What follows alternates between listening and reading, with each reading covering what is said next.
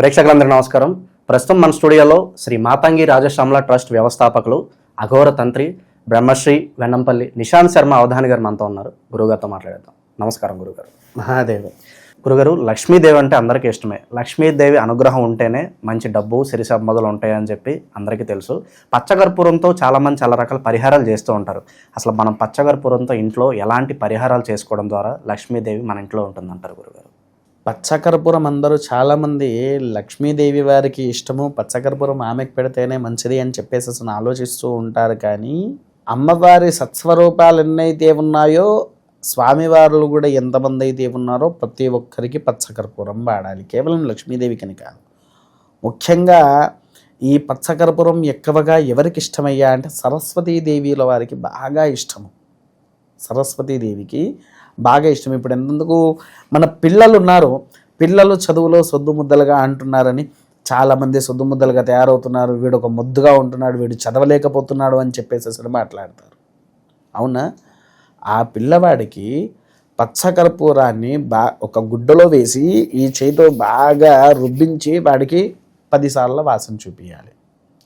ఆ 10 సార్లు వాసన చూస్తే వాడికి ఏమవుతుంది, మెదడులోకి వెళ్ళేసేసి మెదడుని సానపడుతూ ఉంటుంది. సానపడుతుంటే ఏమవుతుంది, వాడికి తగినటువంటి జ్ఞానాన్ని పెంచుద్ది. ఒకటి. రెండోది, లక్ష్మీదేవి ఇంటికి రావాలంటే చాలామంది ఊదు వేస్తూ ఉంటారు. ఊదులో పచ్చకర్పూరం కూడా కలిపేసి ఊదు వేస్తే ఆ ఇంట్లో వచ్చేటువంటి సుగంధమైన వాసనకు లక్ష్మీదేవి వచ్చి ఇంట్లో తిష్ట వేసుకొని కూర్చుంటుంది. ఒక్క లవంగాలే కాకుండా ఇంకొన్ని, ఈ దుష్టశక్తి కానీ నరఘోష కానీ ఏవైతే ఉన్నాయో ఆ నరఘోషకు లవంగాలను పచ్చకర్పూరము రెండూ కలిపి బాగా మెత్తగా దంచాలి.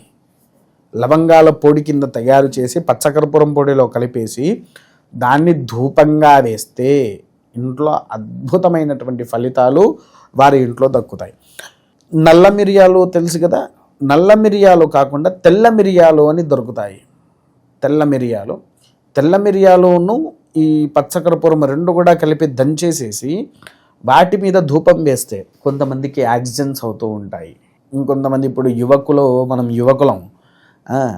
యువకులు ఏం చేస్తున్నారు, బండి మీద రయ్య అనుకుంటూ ఉరుకుతూ ఉంటారు. కానీ ఏదో సందర్భంలో యాక్సిడెంట్ అవ్వడం, కాళ్ళు విరగడము, లేకపోతే మన అకాల మరణాలు రావడం అలాంటివి జరుగుతూ ఉంటాయి. అలాంటివి పిల్లలకు కూడా ఎవరికైనా, పిల్లలనే కాకుండా ఎవరికైనా అకాల మరణాలు వస్తూ ఉంటాయి. అకాల మరణాలకు కూడా మనము అవి మన దగ్గరికి రాకుండా ఉండాలి అని అంటే తెల్ల మిరియాలు పచ్చకర్పూరము బాగా దంచేసి దాన్ని ధూపంగా వేయాలి. ధూపంగా వేస్తే ఆ ఇంట్లోకి అకాల మరణం అనేటువంటిది రాదు. అన్నారా? తర్వాత మన ఉద్యోగాల కోసం ఎదురు చూసే వాళ్ళు ఉన్నారు. అవునా? లక్ష్మీదేవికి యాలకులు అంటే బాగా ఇష్టం.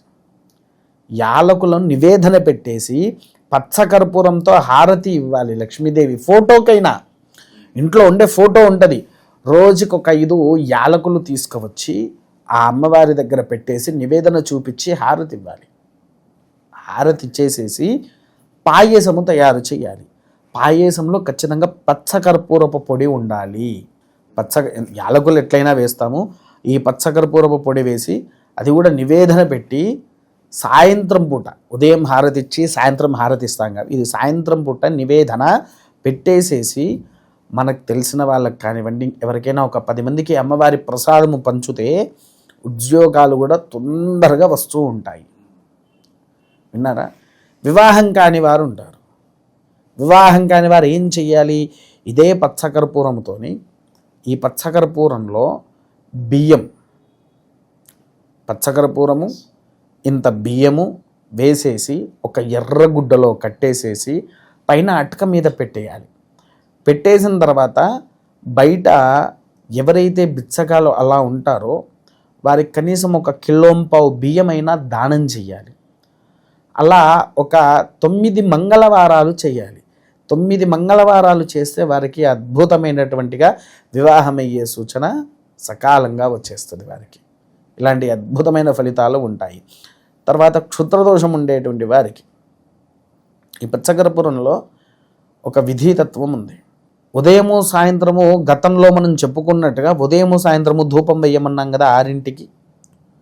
ఆ ధూపంలో ఈ పచ్చకర్పూరం వేసేసి ఒక టవల్ కట్టుకోవాలి. ఒంటి మీద ఉండేటువంటి ప్రతి ఒక్క వస్త్రాన్ని తీసేసి కేవలం ఒక టవల్ మాత్రమే కట్టుకొని ఆ ధూపము మన శరీరానికి పడాలి.